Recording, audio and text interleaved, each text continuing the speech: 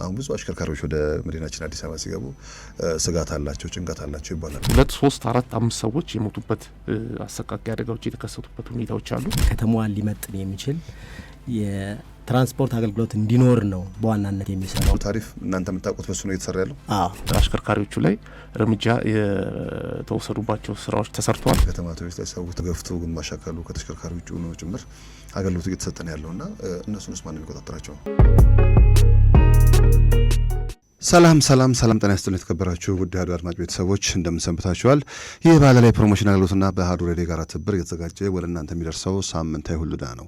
ከዝግጅቱ ጋር እንደሁል ጊዜ 2 ሰዓት ያለ ቀጥታ ቆይታ ጊዜ ነው የሚኖረን። በዛሬው ዝግጅታችን አንድ ርዕሰ ጉዳይ ይዘናል። ርዕሳችን አድርገን ለመወያየት የመረጥነው የትራንስፖርት አገልግሎትን ለመቆጣጠር የወጡ አዋጆችና መመሪያዎች እንዴት እየተገበሩ ነው፣ መሰረተ ልማት ውስጥ ከዚህ አንጻር የቱ ጋር ነው ያለው፣ ለመንገድ ደህንነት ውስጥ ምን አይነት ሚና እየተጫወተ ነው በሚለው ሀሳብ ላይ ለመወያየት ከጋበዝናቸው እንግዶቼ ሁለቱ በሰዓታቸው ተገኝተዋል። ኢንስፔክተር ዳዊት ሙሉጌታ በአዲስ አበባ ፖሊስ ዋና ጠቅላይ መምሪያ የትራፊክ ቁጥጥር ዋና መምሪያ የህዝብ ግንዛቤ ክፍል ኃላፊ፣ እንዲሁም አቶ አስቻለው መቅጫ በአዲስ አበባ ትራንስፖርት ቢሮ የህዝብ ትራንስፖርት ክትትልና ቁጥጥር ኢንስፔክሽን ዳይሬክተር ናቸው። ከእነዚህ እንግዶች ጋር እየተወያየን ቆይታ የምናደርገው ከዝግጅቱ ጋር እኔ አምዶር ንጉሴ አብራችሁ ቆይታ ማድረግ ሲሆን ቴክኒኩን በጥራት ወደ እናንተ ማድረስ የዓለም ስራው ዘውዱ የምንወያይበት ሀሳብ የትራንስፖርት አገልግሎትን ለመቆጣጠር የወጡ አዋጆችና መመሪያዎች እንዲሁም መሰረተ ልማቶቻችን እንዴት ተናበው አደጋውን በመቀነሱም በቁጥጥር ወቅት ላይ የሚሰሩ ስራዎችን የቱ ጋር ነው ያሉት በሚለው ሀሳብ ላይ ለመወያየት ነው የተገናኘ ነው። እኛን አክብረው በሰዓታቸው የተገኙት ኢንስፔክተር ዳዊት ሙሉጌታ በአዲስ አበባ ፖሊስ ዋና ጠቅላይ መምሪያ የትራፊክ ቁጥጥር ዋና መምሪያ ህዝብ ግንዛቤ ክፍል ኃላፊ፣ እንዲሁም አቶ አስቻለው መቅጫ በአዲስ አበባ ትራንስፖርት ቢሮ የህዝብ ትራንስፖርት ክትትልና ቁጥጥር ኢንስፔክሽን ዳይሬክተር ናቸው። ከእነዚህ እንግዶች ጋር እየተወያየን ቆይታ የምናደርግ ነው የሚሆነው። ከዝግጅቱ ጋር እኔ አምዶር ንጉሴ ቴክኒኩን በጥራት ወደ እናንተ ማድረስ የዓለም ስራው ዘውዱ የእናንተ ስልክ መልእክት ወደኛ መላክ ሰላምታችሁ አብረን እንቆያለን። እንኳን ደህና መጣችሁ እንግዶች። እንኳን ደህና ቆየን። መልካም። እስቲ ከዛ በፊት ከተማችን በዚህ ሳምንት በዛሬ እንዲሁም የአመቱም ደግሞ ሪፖርት ካለ እስኪ እሱን እንስማና የእሱ መረጃ ላይ ትንሽ ተወያይተን ወደ ቤታችን እናልፋለን። ኢንስፔክተር ቀጥሉ።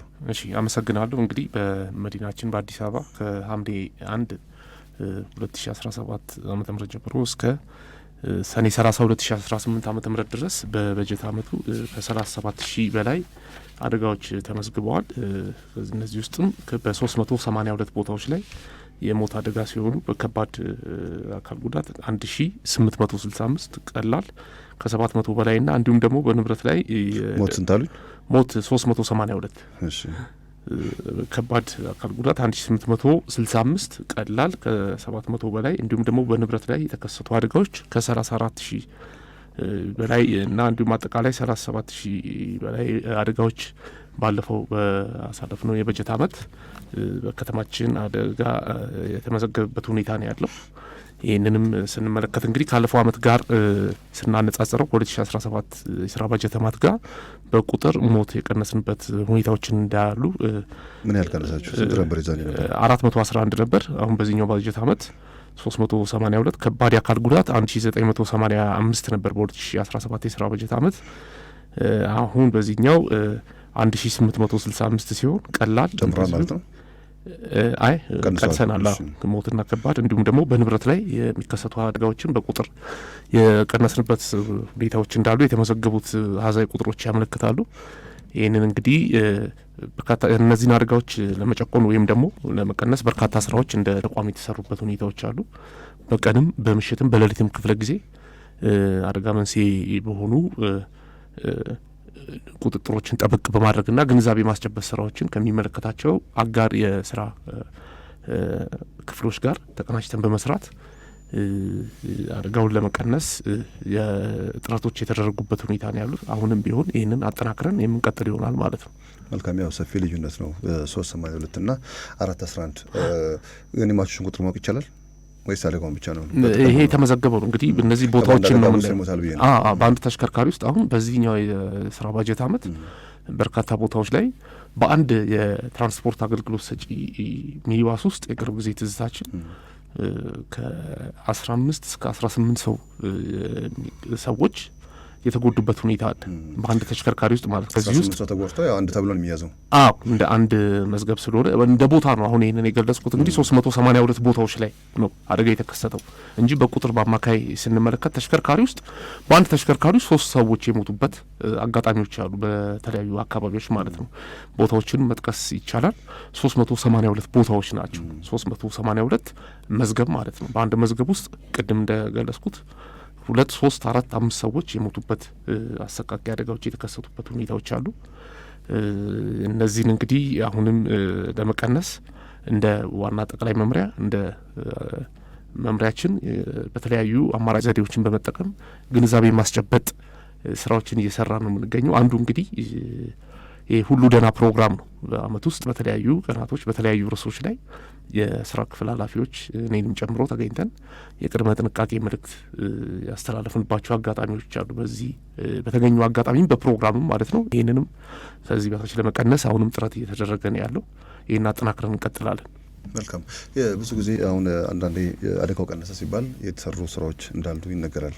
የተሰሩ ስራዎች ማለት የቁጥጥር ስራዎች፣ አንዳንዴ ደግሞ ቁጥጥሩ ሲጨምር ደግሞ አደጋውም የሚበዛበት ሁኔታዎችም ደግሞ እንዳሉ ይገለጻል።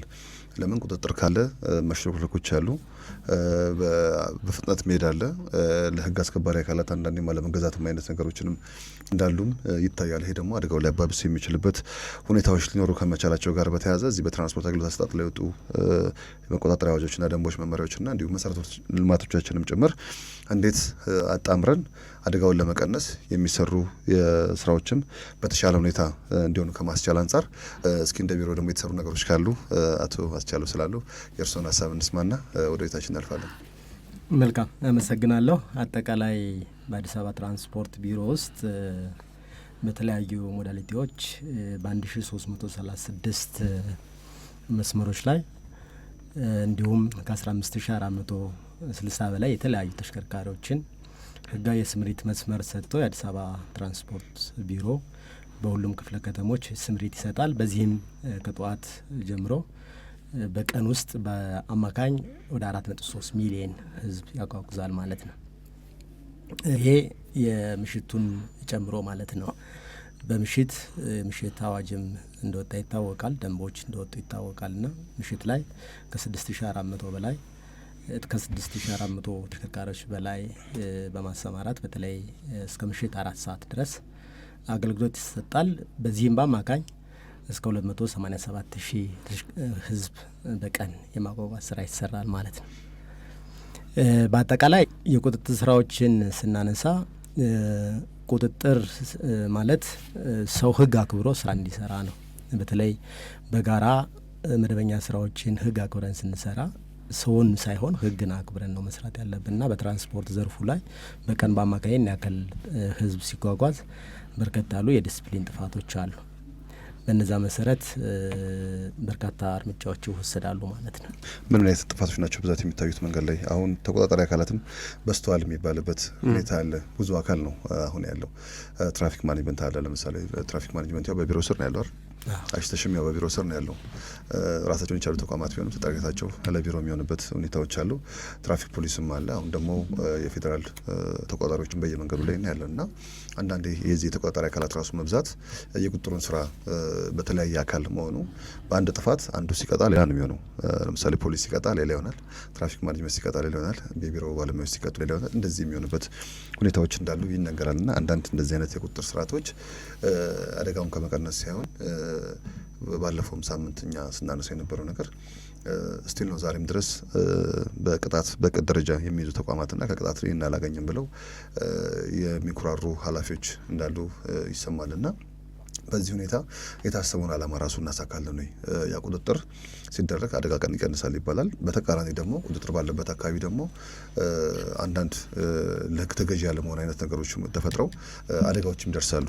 አሁን ብዙ አሽከርካሪዎች ወደ መዲናችን አዲስ አበባ ሲገቡ ስጋት አላቸው፣ ጭንቀት አላቸው ይባላል። ለምን ሲባል ቁጥጥሩ ከፍተኛ ከመሆኑ ጋር በተያያዘ ምንም የሚያንቀሳቀስ ነገር ካለመሆኑ ጋር በተያያዘ ወይ ጠዋት ላይ ቀደም ብለው ተቋጣሪ ባለሙያዎች ሳይሰማሩ ከተማውን ለቀው ይወጣሉ ወይ ደግሞ ከዛ በተቃራኒ ባለው ሰዓት ያ ብዙ አደጋ የሚደርሱበትም ሰዓቶች ስናያቸው በምሽት ቅዳሜና እሁድ በብዛት አደጋ የሚደርሰው እንደዛ ነው። ኢንስፔክተር የበዓላት ቀን እንደዚህ አይነት ነገሮች ይበዛል። እንደዚህ አይነት ነገሮች እና ከዚህ ጋር ብዙ የሚያገናኙ ህብረተሰብ ክፍሎች አሉና እስቲ በዚህ በቁጥር ወቅት ላይ እናንተ የምታዩቸው ችግሮች አሁን ተደጋጋሚ ደግሞ የሚደርሱ እንትኖችም ካሉ ደንብ መተላለፎችም ካሉ እናንተም ጋር ፖሊስ ጋር ያሉትንም እስኪ እናያቸው።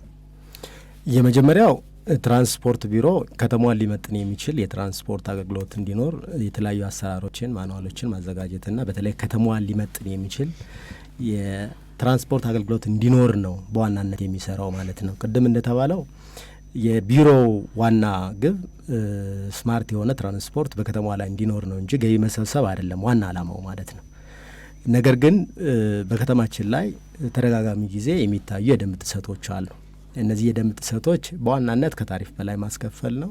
ሁለተኛ መስመር ማቆራረጥ ነው። በሶስተኛ ህጋዊ የስምሪት መስመር ሳይወስዱ በከተማዋ ላይ በህገ ወጥ መልኩ የመስራት ዝንባሌዎች ናቸው። ይሄ አጠቃላይ ከተማ አስተዳደሩ የክልል ተሽከርካሪዎችንም ጭምር በድጋፍ ሰጭነት ሲያስገባ የከተማዋ ህግና ደንብ አክብረው የህዝቡን የትራንስፖርት አገልግሎት እንዲያሳልጡ ነው። ይሄ በሲስተም ውስጥ ማለፍ በተለይ በከተማዋ ላይ የሚታዩ ህገ ወጥነትን ወንጀልንም ጭምር የመቀነስ ዓላማ አለው። ስለዚህ ህጋዊ ስምሪት ሲሰጥ የህዝቡን የትራንስፖርት ፍላጎትና አቅርቦት ሊያመጣጥን በሚችል መልኩ መስመሮች ጥናት ተጠንተው በጥናት ነው በ1336 ቅድም ባልኩት መስመሮች ላይ የህዝብን ፍላጎት ማዕከል ባደረገ መልኩ በሁሉም ሞዳሊቲዎች ስምሪት ይሰጣል። ነገር ግን በዚህ ስምሪት ውስጥ ገብቶ ህጋዊ መስመር ኑሮት በህጋዊ አሰራር የሚሰራን አካል የትኛውም ተቆጣጣሪ አካል እርምጃ አይወስድም። ህገ ወጦች ላይ ግን እርምጃ ይወስዳል ማለት ነው። አሁን ህጋዊ ስምሪት ነው እየተሰጠ ያለው ብለው ያስባሉ ወይም እርስዎ እንዳነሱት አሁን ታሪፍ የማውጣት ስልጣን እናንተ ሆኖ ሳለ አሁን ግን እየተሰራበት ያለው ታሪፍ ትክክለኛና በቢሮው የታሪፍ አሰራር መሰረት ነው እየተሰራ ያለው ብለው ያስባሉ? ታሪፍ የሚወጣው ጥናት ይጠናል። በጥናቱ መሰረት የሚመለከተው አካል ከንቲባ ነው የሚቀርበው። በራሱ ታሪፍ አይወስንም። ትራንስፖርት ቢሮ ማለት ስልጣኑ የሱ አይደለም። ታሪፍ የማውጣት አይደለም፣ የከተማ አስተዳደር ነው። የከተማው አስተዳደር ነው። ነገር ግን እነዚህ ሲጠኑ አጠቃላይ የሀገሪቷን ነባራዊ ሁኔታ፣ የዓለም አቀፍ ነባራዊ ሁኔታ በተለይ ከነዳጅ ጋርና ከሌሎች ጉዳዮች ጋር የተለያዩ ክራይቴሪያዎች አሉ። እነሱ ማዕከል ባደረገ መልኩ ጥናት ተጠንቶ ለሚመለከተው አካል አሳውቃቸዋል። ከዚህ ፊት ታውቋል፣ አሳውቀናል። በዛ መሰረት የታሪፍ ጥያቄ ተመልሷል። አሁን ያለው ታሪፍ እናንተ የምታውቁት በሱ ነው እየተሰራ ያለው። ማለት ቅድም ባልኩት መሰረት ህገወጦች አሉ፣ ብዙ ነገሮች አሉ። አሁን በዚህ በኢታስ አገልግሎትም የሚሰሩ አገልግሎት የሚሰጡ ተቋማትም እነሱ ላይ ምንም የምታደርጉት ቁጥጥር ካለመኖሩ ጋር በተያዘም ዛሬም ከእናንተ ስምሪትም ድልድልም ሌላም ነገሮችም ፍቃድ ባላገኙበት ሁኔታ ታሪፍም ጠዋት እየተነሱ በሚፈልጉት መልኩ ታሪፍ እያወጡ የከተማው ነዋሪ ያው እየተመዘበረ ነው ያለውና ይሄ ደግሞ ስልጣኑ ተቋሙ ቢሮ ያው ስላነሱት ብዬ ነው ወደዚህ ሀሳብ የመጣሁት።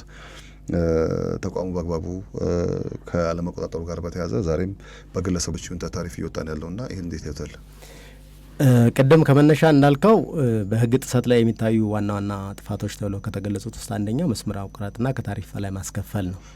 ከዚህ ከህገ ወጥነት ጋር በተያያዘ ራሱ አገልግሎት የሚያገኘው ህዝብ ጭምር በነጻ የስልክ መስመር 9417 ላይ በተለያዩ የህግ አስከባሪ አካላት ላይ መረጃዎችን በመስጠት በቀን ጠንከር ያሉ እርምጃዎች ይወሰዳሉ። በቀን ቢያንስ ከ1200 ከ1300 በላይ ተጠያቂ የማድረግ ስራ እየተሰራ ነው ያለው። በቀን ማለት ነው ተሽከርካሪ ከ15300 በላይ ተሽከርካሪዎች ማለት ነው። ይሄ የጋራ ጉዳይ ነው። ማለት ቀጥታ የሚሰጡ መረጃዎች ህዝቡ ራሱ በቀጥታ ፈርስት ሃንድ ኢንፎርሜሽን ስለሆኑ ፋክት ላይ የተመሰረቱ ናቸው። ትርፍ ተቀጣላቸውን? አዎ እየቀጣችሁ ነው። ከመነሻም ጭምር እርምጃ የተወሰደ ትርፍ ለመጫን የሚቀመጡ ወንበሮችንም ጭምር የመሰብሰብ ስራ እየተሰራ ነው ያለው። ታክሲዎች ላይ ሲሆን ታክሲዎችም ላይ በሁሉም ቅድም ግን ያነሱልኛል ከተማዋ ሊመጥን የሚችል ትራንስፖርት አገልግሎት ብሎኛል ና አሁን ታክሲዎች ላይ ያለው ነገር ሲታይ አንዳንዴ ቦሎ ራሱ እንዴት እያገኙ ነው የሚለውም ነገር አሁን በትራፊክ ህግም ግልጽ ጉድለት የሚባል ነገር አለ። እሱም በግልጽ የሚያሳዩ በጣም የተጎዱ ስለታም ያሉ ተሽከርካሪዎች ላይ ጭምር ነው ሰው አገልግሎት እያገኘ ያለው ና አሁን ከተማዋን የሚመጥን የትራንስፖርት አገልግሎት ሲባል የሚመለከታችሁ የመንግስትን የትራንስፖርት አቅርቦትን ብቻ ነው የከተማ ባሰን ነው ወይስ በሌሎችም አገልግሎት ነው? አሁን ቁጥጥሩ አለ ከተባለ ቅድም እንዳሉት ትርፍ ከተባለ አሁን የከተማ አውቶቡስ ላይ ሰው ተገፍቶ ግማሽ አካሉ ከተሽከርካሪ ውጭ ሆኖ ጭምር አገልግሎት እየተሰጠ ነው ያለውና እነሱንስ ማን ነው የሚቆጣጠራቸው? ቢሮ ይቆጣጠራል። ቢሮ ሲቆጣጠር በዚህ በያዝ ነው በ2018 ዓመት የተቀጣ አንድ የህዝብ ትራንስፖርት የከተማ አውቶቡስ አገልግሎት የሚያውቁት አለ? አለ በርካቶች አሉ። በዚሁ በህዝብ ጭነት መልካም። ስታንዳርዱ ምን ያህል ነው? ስንት ነው የተጫነ ያለው? የተለያዩ ስታንዳርድ አላቸው። አለ ምን ያህል ይሆናሉ ማለት ቁጥሩን ቁጥሩን ዛሬ ላይ እንትን ባለለም በትራፊክም በእኛም ትርፍ ጭናቸዋል ብላችሁ ማለት በተሳፋሪ በማጉላላት አይ ትርፍ ነው ያሉት። ትርፍ ስለነሳም ብዬ ነው። ትርፍ ከብዙሃን ትራንስፖርት ላይ ትርፍ በሚል እስካሁን ክስ የተከሰሰ የለም። ለምን? እሱ ስታንዳርዱ አሁን አንዳንድ ቦታ ላይ ቅድም እንዳልኩት የአቅርቦትና የፍላጎት አለመጣጣሞች አሉ። አይ ህግ ከሆነ እኮ የአቅርቦትና የፍላጎት ጉዳይ ነው ያመጣጥንም። ስታንዳርድ ከሆነ ስታንዳርድ ነው። ስታንዳርዱ በስታንዳርድ ታዲያ እንደዛ ቢጫ ምን ችግር አለው? አሁን ይሄ የሚያያዘው ከስታንዳርድ ጋር በተያያዘ ባስ ላይ ከ80 እስከ 120 የሚጭን 3 አይነት ባሶች አሉ። ደብል ዴኮች አሉ፣ ሚድል ፍሎር አለ፣ ኖር ፍሎር የሚባሉ አሉ። በአቬሬጅ 80 ነው። በአቬሬጅ 80 ነው። አብዛኞቹ በስታንዳርዱ መሰረት የሚሰሩ ናቸው። ጠዋትና ማታ ላይ እንዲህ አይነት ችግሮች አሉ። በምንድነው ተለዩት? በስታንዳርዱ መሰረት ስለመስራታቸው ያው መቼም 80 ኬቶች አሉ፣ በጂፒኤስ ቁጥጥሮች አሉ። አጠቃላይ የሚገቡ ተሽከርካሪዎች የሚገባ ሰውም ጭምር ካውንት ይደረጋል። ለምሳሌ ቬሎሲቲ ላይ ሲገባ ቬሎሲቲ ነው ማየት ይቻላል። ምን ያህል ሰው እንደተመላለሰ፣ ምን ያህል በካርድ እንደተጠቀመ፣ ምን ያህል በገንዘብ ከፍሎ የሲቲ ባስም ተመሳሳይ ነው። ሲቲ ባስ ኃላፊም ቢሮ አይቼዋለሁ ባለፈው በተሻቱ ዳኛቸው ቢሮ የሚያየውበት ሁኔታ ለሌሎችም ደግሞ በዛ ሁኔታ ሰር ነው ተቆጣጠሩት ነው። ሲቲ ባስም በዛ ልክ ወደ ቴክኖሎጂ የማስገባት ስራም እየተሰራ ነው ያለው። በስታንዳርዱ መሰረት እንዲሰራ በየጊዜው በተለይ ከተማዋን ሊመጥን የሚችል ከጂፒኤስ ውጭ ምን ያላቸው ነው ሲቲ ባሶች ወደ ቴክኖሎጂዎችን አሁን አፕዴት የማድረግ ስራ ላይ አይሱን እንቆጣጠራለን ስላለ ነው። በጂፒኤስ እኮ መቆጣጠር አይቻልም። ቢያንስ የፍሊት ማኔጅመንት ሲስተም መዘርጋት አለበታል። በሱ ነው ልትሄዱበት የምትችለው። መልካም እሺ፣ ኢንስፔክተር ወደ እርስዎ እንምጣ። አሁን ከዚህ ከቁጥር ጋር በተያያዘ እንደ ከተማ ተደጋጋሚ ቅጣቶች ያው ብዙ ነው የቀጣችሁ ሳለ 2018 ላይ መረጃው ቁጥሮች አሉ። እስኪ እነሱን የምናንሳቸውና ይቀጥሉ። እሺ፣ አመሰግናለሁ። እንግዲህ የአዲስ አበባ ትራፊክ ቁጥጥር ዋና መምሪያ በቀንም በምሽትም በሌሊትም ክፍለ ጊዜ አደጋን ለመከላከል 24 ሰዓት ስራዎች እየሰራ ነው የምንገኘው። ይህም እንግዲህ አንዱ ከስራዎቻችን መካከል ከዚህ ከትራንስፖርት አገልግሎት ሰጪዎች ጋር በተያያዘ ከተጠቃሚዎች የሚመጡ መረጃዎችን መነሻ በማድረግ ለምሳሌ ከታሪፍ በላይ ማስከፈል እና መስመር ማቆራረጥ፣ ይህንን ከሰዎች በምናገኘው ጥቆማ አድራሻ ተቀብለን የተጉላሉትንም ቀርበው በጥቆማ ብቻ ሳይሆን በቢሮ ርዕስ በአካል ቀርበው በአሽከርካሪዎቹ ላይ እርምጃ የተወሰዱባቸው ስራዎች ተሰርተዋል። ከታሪፍ በላይ ባስከፈሉ የድጋፍ ሰጪም እንዲሁም ደግሞ መደበኛ የታክሲዎች ላይ ቁጥጥር አድርገን በደንቡ መሰረት እንዲጠየቁ ተደርጓል። በዚሁም መሰረት ከታሪፍ በላይ ማስከፈል በአቤቱታን መነሻ አድርገን ከ1700 በላይ ደንብ ተላላፊዎች ላይ በደንቡ መሰረት እንዲጠየቁ የተደረገበት ሁኔታ አለ። አሁንም በድጋሚ ከትራንስፖርት አገልግሎት ተጠቃሚዎች በሚሰጠን ጥቆማ፣ ቀጥተኛ ጥቆማ መስመር ማቆራረጥ ማለት ከመነሻው መድረሻ ቦታ ላይ በተገቢው መልኩ መስመሩን ጠብቆ በዋናው መንገድ መንቀሳቀስ ሲገባው ነገር ግን ህገወጥ በሆነ አግባብ መስመር በማቆራረጥ በላይ ከመስመር በማቆራረጣቸው ምክንያት ከ6000 በላይ አሽከርካሪዎች እንዲጠየቁ ተደርጓል። ከዛም ውጪ የአደጋ መንስኤ ከሆኑት መካከል ከወንበር መጠን ልክ በላይ መጫን የትራፊክ አደጋ መንስኤ ነው። ይህንን ከተማችን ውስጥ ከተከሰቱት የሞት አደጋዎች መካከል የተወሰኑ ቦታዎች ላይ ከተፈቀደው የሰው ኃይል ቁጥር ውጪ በመጫን ምክንያት አደጋዎች የተከሰቱበት ሁኔታ ስላለ ይህንንም ላይ ጥብቅ ቁጥጥር እያደረግን ያለ ነው። ይህንን ቀጥታ ነው የኛ የትራፊክ ፖሊሶቻችን በተመደቡበት ምድብ ቦታ ላይ እንዲሁም ደግሞ ድንገተኛ ቁጥጥር ለማድረግ በሚሰጣቸው አቅጣጫ ያን መነሻ ተደርጎ ከተፈቀደው የወንበር ልክ ቁጥር በላይ ጭነው የተገኙ ከ1225 በላይ አሽከርካሪዎችን በደንቡ መሰረት በዚህ ባለፈው የስራ ባጀት ዓመት እንዲጠየቁ የማድረግ ስራዎች የተሰሩበት ሁኔታዎች አሉ። ይህንን ብዬ ስል አሁንም የሚቀሩ በቀጣይ አጠናክረን መስራት የሚገባን ስራዎች እንዳሉ የሚደርሰውን አደጋ መነሻና እንዲሁም ደግሞ አቤቱታዎችንም ለመቀነስ በነገራችን ላይ ከአዲስ አበባ ትራንስፖርት ቢሮ በ11 ቅርንጫፍ ጋር ካሉት ጽህፈት ቤቶች ጋር ስራዎች እየተሰሩ ነው ያሉት። በተለይ ይሄ አቤቱታን ከታሪፍ በላይ ማስከፈልን ለመቀነስ አሰራር ተዘርግቶ በጥናት አሁን ወደ ተግባር የተገባበት ሁኔታ ነው ያለው።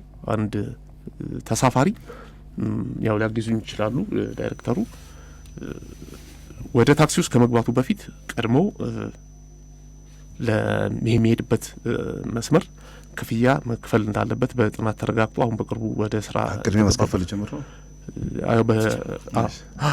ይሄም ይሄ ደግሞ በሁሉም የትራንስፖርት አገልግሎት ላይ ለምን እንዳይጨቃጨቅ ነው? ገባ በኋላ ምንድነው አቤቱታም አንደኛ ሰው ተገቢ ያልሆነ ክፍያ እንዳይፈጽም ማለት ለምሳሌ አሁን የ20 ብር ክፍያ መፈጸም ካለበት አንዳንድ ቦታዎች ላይ የሚመጡ አቤቱታዎችን መነሻ አድርገን እስከ 30 እስከ 40 ብር ድረስ ያስከፍሉናል ከፈልን ብለው አሁን ከታሪፍ በላይ ማስከፈል ብለን የምንለው ይሄ ነው። ከመጠኑ በላይ ከልኬቱ በላይ እንዳይከፍሉ ይሄ በጥናት የተሰራበት ሁኔታ ስላለ ይህንን ማጠናክረን ነው የምንቀጥለው መሆንም ስላለበት አሁን አቤቱታዎች ሙሉ ለሙሉ ቆመዋል ብለን ባንችልም ሰዓታቶችን እየመረጡ ከታሪፍ በላይ የሚያስከፍሉ የታክሲ አሽከርካሪዎች እንዳሉ በተለያዩ ሚዲያዎች ላይ እየተነሱ ነው ያሉት። ይህንን መነሻ አድርገን በየክፍለ ከተማው በአዲስ አበባ ደረጃ በየክፍለ ከተማው ስራዎች እየተሰሩ ነው ያሉት። ይህንን አጠናክረን እንቀጥላለን። መልካም ጥሩ ሀሳብ ነው። ያው እንደዚህ ቁጥጥር ስራዎች ጠንከር አድርገው ከተሰሩ የተፈለገው ውጤት የማይመጣበት ምክንያት የለም። አንዳንዴ ግን የወጡ ህጎች፣ አዋጆች፣ መመሪያዎችን ደግሞ በአግባቡ ማስፈጸም ካልተቻለም ይሄ የከሌ ስራ ነው። አንዳንዴ የተቆጣጣሪ አካል ሲበዛ ይሄ ስራ የከሌ ነው፣ ይሄ ስራ የከሌ ነው ተብሎ መሀል ላይ የሚተው ህጎች አሉ የማይሰራባቸው። አሁን የማይተገበሩ ህጎች የሚባሉ አሉ። ትራፊክ ደንቡ ላይ 557ም ላይ ሌላውም ላይ የተቀመጡ አንዳንድ ህጎች ላይ በስፋት የማይሰራባቸው አሁን ባለፉት ስናነሳ ራሱ የነበረው አሁን ተሽከርካሪ የተረፉ እንትኖች አሉ አይደል? ከተሽከርካሪ ቦዲ ውጪ የሚጫኑ ጭነቶች አሁን በስፋት እየታዩ ነው ያሉት። እነዚህ ለአደጋ መንስኤ ነው የሚሆኑት። እይታም ይጋርዳሉ። ብዙ ነገር ነው የሚያስከትሉት። ከዚህ በፊት የሆነ ጨርቅ ነገር ላስቲክ ነገር ተንጠልጥሎ ራሱ እናያለን። ያው ከተሽከርካሪው ውጪ እነሱ ለአደጋ መንስኤ የሚሆናሉ። ሰው ተሽከርካሪ አልፏል ብሎ ሲያቋርጥ ተመቶ የሚወድቅበት ሁኔታዎች አሉ። ከዛ ሲያልፈው መንገድ ላይ ተሽከርካሪዎች ይቆማሉ ወይ በብልሽትም በምንም በህጉ የተቀመጠ ነገር አለ። በዚህን ያህል ሰዓት ውስጥ ተሽከርካሪው ማንሳት እንዳለበት ማለት ነው። ግን ከዛ በላይ ወይ ትራፊክ ፖሊስ ይመጣል ወይ አንድ ትራንስፖርት ቢሮ ሰው ይመጣል፣ ይቀጠዋል። ቅጣት ከጻፈለት በኋላ ግን ሰውየው ቢያድርም ቢውልም ከዛ በኋላ የሚጠይቀው የለም ተቀጥቻለሁ ነው የሚለውና አንዳንዴ ሌሎች ሀገራት ላይ በክሬን ጭምር መጠው ይነሳል። በዚሁ አሁን በግል ተቋማት ያለውን ብዙ ቦታዎች ላይ አንድ ወቅት የትራፊክ ማኔጅመንት የጀመራቸው ስራዎች ነበሩ አስታውሳለሁ። በአስቸኳይ አንሳ ይልሃል። የማታነሳ ከሆነ በሌላ አካል እንዲነሳ ይደረግና ከዛ በኋላ ለዛ አገልግሎቱ ለሰጡ አካል ክፍያ ትፈጽማለህ፣ ባለ ንብረት የሆነ ሰው ማለት ነው። ያለበዛ ተሽከርካሪን ማግኘት የማትችልበት ሁኔታ ሊፈጠር ይችላል። ያው ያንን ከፍ ለማትሄድ ከሆነ ማለት ነው። ሁሉ ነገር በህግና በስርዓት ነው ምናልብና አንዳንድ የተተው ህጎች አሉና እነዚህ ህጎች ራሱ ማን ነው ሊያስፈጽማቸው የሚችለው? ከዛ ሲያልፍ አሁን ከተማዋ ላይ የተለያዩ ምልክቶችን እናያለን። አንድ ቦታ 30 የነበረ አሁን ደግሞ ሰሞኑን እያየን ያለ ነው። ከዚህ በፊት እዚህ ጋር ምልክት ነበረ እያሉ የሚቀጡም አንዳንድ ህግ አስከባሪዎችንም እያየን ያለ ነው። ምልክቱ የለም። ምልክቱ ከሌለ ሰው እንዴት ነው ሊቀጣ የሚችለው? በቃ ምልክት የለም ብሎ ሰው ያቆማል። አይ ይሄ ቦታ ምልክት ነበር ብሎ ህግ አስከባሪዎች ግን ሲቀጡ እናያለን። አንዳንድ ቦታ ደግሞ ምልክቶች ተነስተው በቦታው ወይ ተለዋጭ ምልክት ይተከላል። ያው ትራፊክ ማኔጅመንት የሚተክልበት ሁኔታዎች አሉ። በዛ መሀል ላይ ከህብረተሰቡ ጋር አንዳንድ አለመግባባቶችም እየተፈጠሩ ያሉበት ሁኔታዎች አሉና ይሄ ስራ በአጠቃላይ ሳይንሳዊና ጥናትን በተመረኮዘ ሁኔታ መሰራት ነው ያለበት የቁጥጥር ስራው። አሁን ግን እንደ ተቆጣጣሪ አካል ሙድ ነው የሚወሰነው። ደብሮት ከመጣ ከቤት የሚያገኘውን ሰው ሁሉ ሲቀጣ ሊውል ይችላል። ደስ ብሎት ከመጣ ደግሞ ሊያልፍ ይችላል። እና እንደዚህ አይነት ነገሮች ባይኖሩ በቴክኖሎጂ በታገዘ ሁኔታ አሁን ከተማው ላይ ኮሪደር ልማት ያያቸው ቦታዎች ላይ ብዙ መሰረተ ልማቶች ሰርተዋሉ። ስለዛ የቁጥጥር ስራውንም በዛ ልክ ማዘመን የሚቻልበትና ከሰው እንትን ኦፒኒየን በራቀ ሁኔታ ስራዎች መሰራት ቢኖርባቸው እያንዳንዱ ሰው በፈለገው ቦታ ብቻ በፈለገው ሀሳብ ብቻ ያንን ነገር መወሰን የሚችል ከሆነ ትንሽ ሊቸግሩ ይችላሉና እነዚህ ዓለም አቀፍ ትርጉም ባለው ሁኔታ ራሱ ስራዎች መስራት ካልተቻለ የታሰበውን ውጤት ማምጣት አይቻልም ብለው የሚያስቡ የህብረተሰብ ክፍሎች አሉና የእናንተ ምላሽ ምንድነው? ታስቻሉ? መልካም። በህዝብ ትራንስፖርት ላይ ቅድም በተነሳው ሀሳብ መሰረት በተለይ ህገወጥ ተግባራት ላይ መስመር ማቆራረጥና ከታሪፍ በላይ ማስከፈል አሁን ላይ በመሰረታዊነት የሚታይ ነው። ስለዚህ ታሪፍ ከመነሻው የማስከፈል ሂደት ላይ በቅንጅት በተለይ ከትራፊክም ከቲኤምኤም እንዲሁም ደግሞ ሌሎች ባለድርሻ አካላት ከሚባሉት ላይ ከመነሻ የማስከፈል ስራ አይደለም ክፍያው በየመድረሻው ተርሚናሎች ላይ አሁን ላይ በየመድረሻው ነው የተለያየ ነው። እንደየርቀቱ ታሪፉ ይለያያል። ስለዚህ ከመነሻ ታሪፍ እንዲሰበሰቡ የማድረግ ስራ ሰው ሳይገባ ኦልሬዲ ገብቶ ተሽከርካሪዎች ላይ ታሪፍ ከመነሻ ሰብስቦ እንዲሄድ የማድረግ ስራ እየተሰራ ነው ያለው። ስለዚህ ረዳት ማስፈልገው ማለት ረዳት ሊያስፈልገው ይችላል እኮ ህጉ ላይ ደግሞ ረዳት ሳይዝ መስራትም የለበትም ቀድሞ ግን ከሰበሰበ ታዲያ ምን ያህል ረዳት ወጪ ወራጅ ይኖራል በየቦታው ማለት ነው። ከመነሻ ግን በሚሄድበት ርቀት የትኛው ተገልጋይ ታሪፉን የመክፈል ስራ የማስከፈል ስራ እየተሰራ ነው ያለው። ይሄ የሙሉ ቀን ስራ ሆኖ የሙሉ ቀን እያለማመዱ ነው ማለት ነው። ብዙ ታክሲ ላይ ራሳቸውን የሚሰበስቡ ተሽከርካሪዎቹ ሰብስበው የሚሄድ አይነት ነገሮችን እያየሁ ነው ያለሁት። ይሄ ደግሞ ከአግባብ ደግሞ ልክ አይደለም የሚል ነገርም ደግሞ ሰምቻለሁ። ማለት ረዳት ሳይዝ መጓዝ የለበትም። አንድ አሽከርካሪ ረዳት ሊኖረው ግድ ነው የሚሆነው ማለት ነው። ይሄ ከመነሻ የሚከፍልበት ሂደት በየቦታው ላይ መንግስት ካስቀመጠው ታሪፍ በላይ የማስከፈል ዝንባሌው ከፍ ያለ ነው።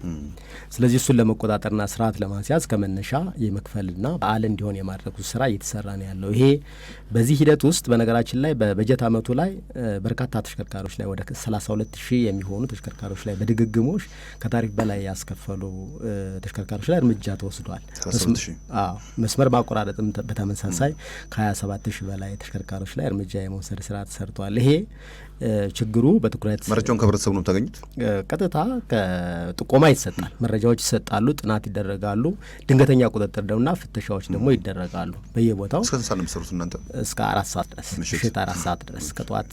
የተመረጡ አካባቢዎች ላይ ነው ወይስ ሁሉም የከተማ አካባቢዎች ላይ? በምሽት ላይ የህዝብ ትራንስፖርት ፍላጎት ባለባቸው መስመሮች ላይ ማታ ላይ ትራንስፖርት ይሰጣል። ቅድም ባልኩት በ469 መስመሮች ላይ የምሽት ትራንስፖርት አገልግሎት ይሰጣል ማለት ነው። በእነዚህ መስመሮች ላይም በሁሉም አካባቢዎች ላይ ቁጥጥር ይደረጋል። ይህ ሲደረግ የምሽት ትራንስፖርት ደንብ ቁጥር 185 ላይ የተቀመጠ በተለይ በግልጽ የተቀመጡ ህጋዊ መስመር ወስዶ መስመር ማቆራረጥ እና ከታሪፍ በላይ ማስከፈል ከ5,000 ብር ጀምሮ ቅጣት ያስቀጣል። ይሄ ሪከርድም ጭምር አለ። ሪከርድ ተደርጎ በየጥፋቱ እስከ 5 ዙር ድረስ ሪከርድ ተነስቷል አልተባለም እንዴ? ሪከርድ ማለት በጥፋቱ ባጠፋው ልክ ማለት ነው። ህጋዊ ስምሪት የተሰጠው ነው። ህጋዊ ስምሪት ወስዶ ህገወጥ ስራ የሚሰራ ከሆነ ከስምሪትም ጭምር ጭራሽ ማስወጣት እንጃ ፍቃድ ማገድ ቆም አይደለ?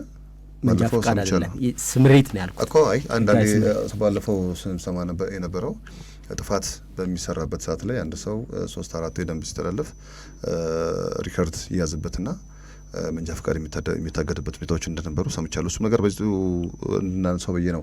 ተነስቷል የሚባለው እውነት ነው? እሷን ተግባራዊ አይደለም። ተነስቷል አይደል? መልካም። ሌሎች ጥፋቶች ካልሆኑ የሚያሳግዱ ጥፋቶች ካልሆኑ እሱ ተነስቷል። ከዛ ውጭ ግን ይሄ በሪከርድ ይያዛል። በተለይም ደግሞ ህጋዊ መስመር ኑሯቸው ተደጋጋሚ ጥፋት ካጠፉ ሪከርድ ተይዞ ህጋዊ የስምሪት መስመሩ ይሰጣቸዋል። ከተማው ላይ እንዳይንቀሳቀሱም ጭምር ይታገዳሉ። ስለዚህ የቁጥጥር ስርዓቱ በደንብም ጭምር የታገዘ እየሆነ እንደሆነ መታወቅ ስላለበት ማስቀመጥ ስለሚያስፈልግ ነው። መልካም ጥሩ ሀሳብ ነው እየተነሳ ያለው። አንዳንድ የቁጥሩ ባለቤት መብዛት ችግሩን አባብሶታል ብለው የሚያስቡ አሉ። ከዛ ሲያልፍ ግን የትራንስፖርት መረጃ ማዕከልን ማቋቋም ራሱ ለቁጥሩ ስራ የሚጫወተው ሚና ቀላል ካለመሆኑ ጋር በተያያዘ አሁን እርሶ ላሉትም በዚህ ሁኔታ ላይ የሚያልፉ አካላት አሁን እኛ ሀገር የሚታየው ነገር አንድ ሰው ከአንድ በላይ ነው። አሁን ፋይዳ ከመጣ በኋላ እንኳን ወደ አንድ እየተሰበሰበ ይመስለኛል። አንድ ሰው አንድ ነው።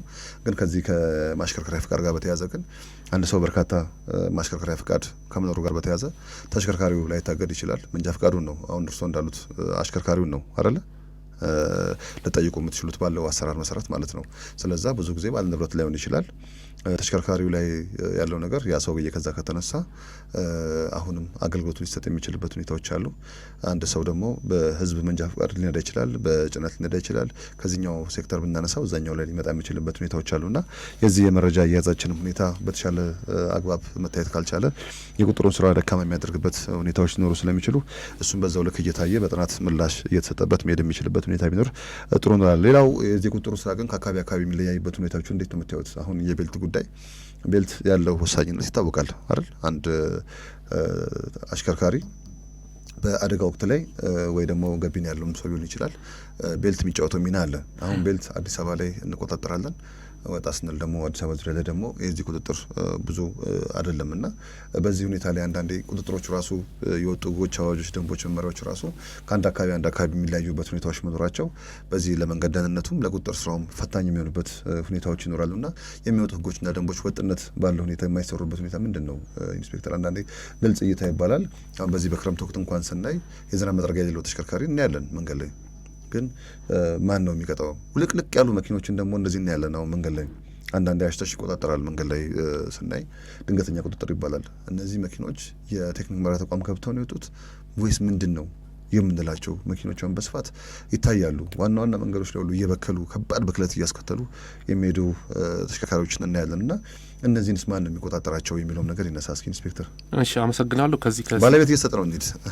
እውነት ነው። ከዚህ ከሲት ቤልት በተያያዘ እኔ በከተማችን ውስጥ ዋና መንገድ ላይ አሽከርካሪ ሆኖ እንዲሁም ደግሞ ጋቢና የሚቀመጠው ተሳፋሪ በዚህ ላይ ቁጥጥር እያደረግን ነው የምንገኘው። ጋቢና የሚቀመጠው ላይ ትራንስፖርት ላይ የህዝብ ትራንስፖርትም እንዲሁም ደግሞ የግል አውቶሞቢሎች ላይ ማለት ነው። እዚህ ጋር ግን በአሽከርካሪዎች ላይ ግንዛቤ ጉድለት አለ የሚታይ ማለት ነው።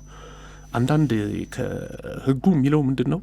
ማንኛውም የተሽከርካሪ አሽከርካሪ ጋቢና ውስጥ መሪው ጋር ቁጭ ካለ ኳድሮ ከማድረጉ በፊት መጀመሪያ ሲት ቤልት ነው ማሰር ያለበት፣ መቀመጫው ላይ እንደተቀመጠ ማለት ነው።